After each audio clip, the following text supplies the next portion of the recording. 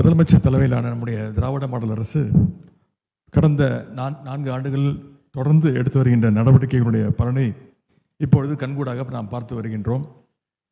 நேற்று வெளியான அந்த யூபிஎஸ்சி தேர்வு முடிவுகள் ஒட்டுமொத்த தமிழ்நாட்டு மக்களையும் மகிழ்ச்சியில் ஆழ்த்தியிருக்கின்றது. இந்த நேரத்தில் சில கருத்துக்களை இங்கே நான் பதிவு செய்ய விரும்புகின்றேன். ஒன்றிய அரசு பணிகளை பொறுத்தவரை 2016ஆம் ஆண்டு வரை தமிழ்நாட்டிலிருந்து ஆண்டுக்கு சராசரியாக 100 மாணவர்கள் வெற்றி பெற்று வந்திருக்கிறார்கள்.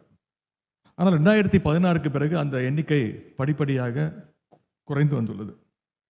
குறிப்பாக 2021 மட்டும் 27 தமிழர்கள் மட்டுமே ஒன்றிய அரசினுடைய குடிமைப் பணிகள் தேர்வில் வெற்றி பெற்றார்கள்.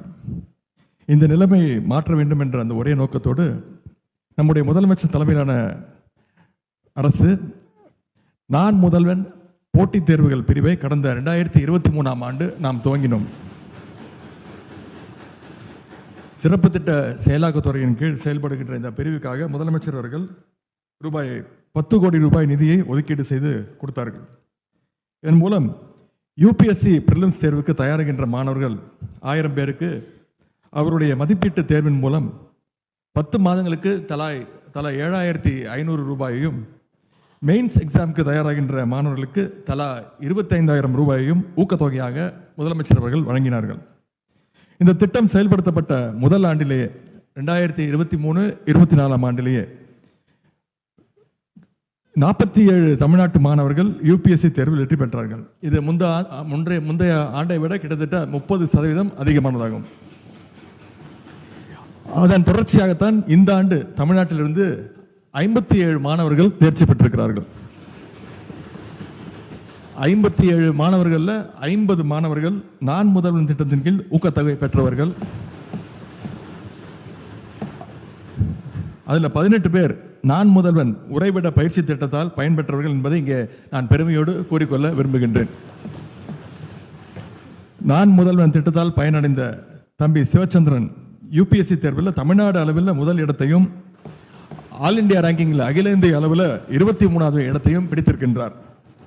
அதேபோல் தங்கை மோனிகா அகில இந்திய அளவில் 39வது இடத்தை பிடித்து சாதனை படைத்திருக்கின்றார். யூபிஎஸ்சி பிரிலிம்ஸ் மற்றும் மெயின்ஸ் தேர்வில் வெற்றி பெற்றவர்கள் நேர்முக தேர்வுக்காக டெல்லி செல்ல வேண்டும். அப்படி செல்லுகின்ற தமிழ்நாட்டு மாணவர்களுடைய பயிற்சி மற்றும் பயண செலவாக தலா ₹50,000 வழங்கப்படும் என்று ஊக்கத்தொகை வழங்கப்படும் என்று நம்முடைய இந்த ஆண்டு நிதிநிலை அறிக்கையிலே அறிவிக்கப்பட்டது.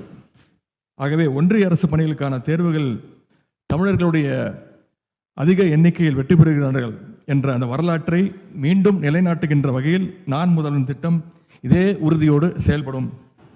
இந்த நேரத்தில் தமிழ்நாட்டிலிருந்து தேர்வில் வெற்றி பெற்றுள்ள அத்தனை பேருக்கும் இப்பேரவையின் வாயிலாக நம்முடைய அன்பையும் வாழ்த்தையும் பாராட்டையும் நாம் தெரிவித்துக் கொண்டு ஐஏஎஸ் ஐபிஎஸ் ஐஎஃப்எஸ் என மக்களுக்கான சேவையில் ஈடுபட்டுள்ள நம்முடைய இளைஞர்களுக்கு வாழ்த்துக்களை தெரிவித்து அவருடைய பணி சிறக்கட்டும் என்று இந்த நேரத்தில் கூறிக்கொள்கின்றேன்.